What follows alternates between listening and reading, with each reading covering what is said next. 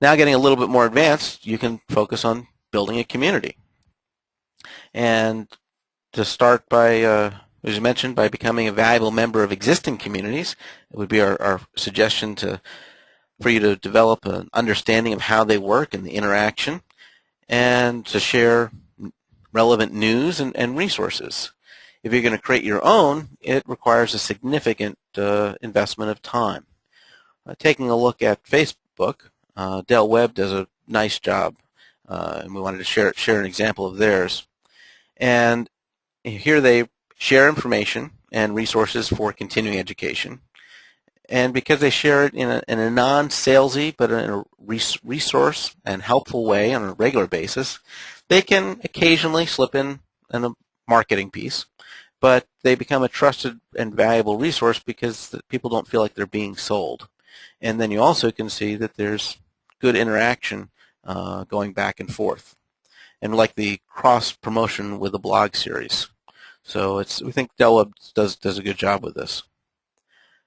You can see. They've also personalized it with introducing Del Webb with Deb. So it's not a big, large, impersonal company, but somebody that seems approachable and comfortable to deal with.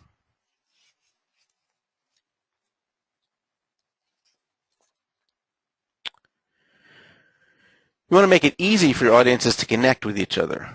You provide the spark, and they interact freely and unfiltered, which is a very scary thought for some people. But that's really what social media is. And so ability to put something out there, and people get that opportunity and sense of ownership because they're contributing. If they feel like they are being monitored and their comments are being edited or removed, they'll just stop coming back. So I love the way that they just provided that spark and people communicated on their own. One comment for those of you on the call who have multiple sites, we've found that as much as you'd like the economy of scale of having one large online community, in many cases, online communities that are narrowly focused on an individual community can have a greater level of success and involvement. The importance is whatever community, online community you're talking about, it has to be a place that people feel that they belong and fit in, and the content is relevant to them. So if they go to a corporate site and they see a lot of content there that's not appropriate, they're not likely to come back. So as I mentioned, Ericsson's using the corporate site as you can use it as a recruiting vehicle, but then you can have separate community sites that are specific to the issues and people in that specific community. So what are some ways to build a community? One of the key parts is that we need to change our mindset. We need to realize that we no longer control and script the marketing message. And that's a tough thing, but whether we like social media or not, that is a reality. We are now just one voice among many. Involving your audience means that you give them something to do.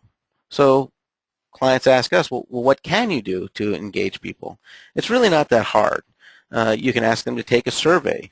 You can ask them to vote on something, to write a comment, to register today, to forward. You can ask them to upload their photos. You can provide some call to action.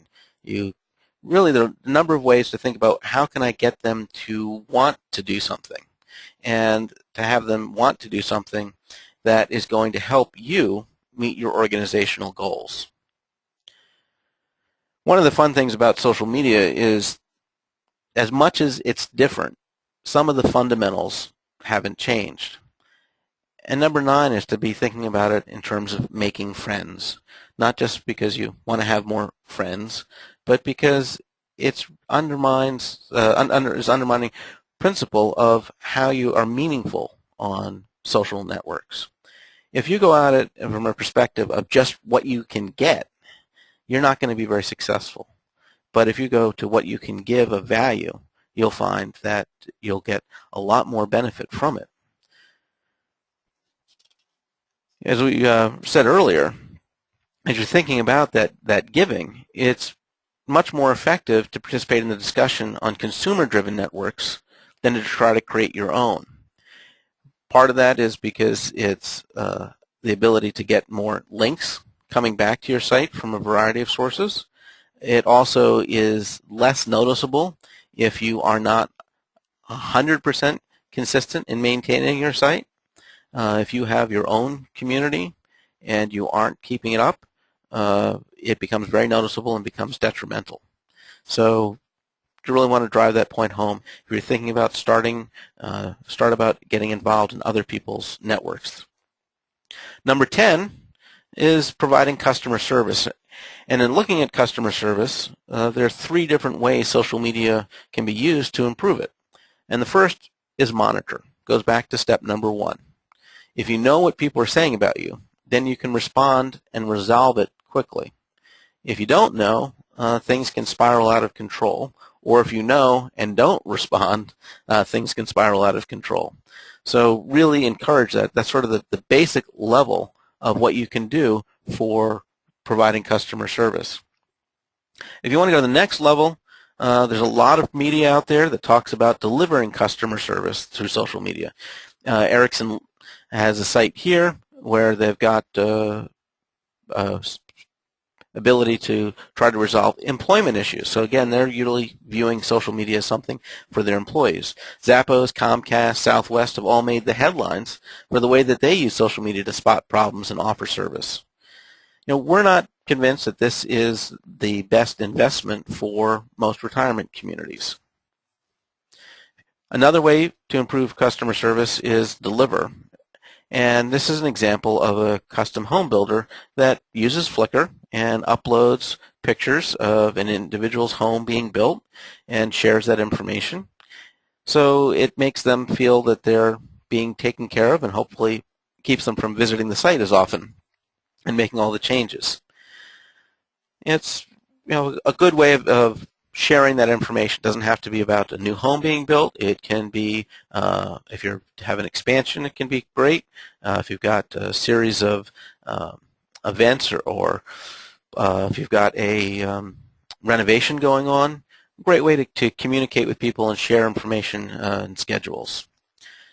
Now we're going to stop at 10, but we thought we'd give you a few more. 11 is to encourage user-generated content, and that's in getting people to add content to your site. So you could think about them sharing their own pictures of events or telling stories about something that they did.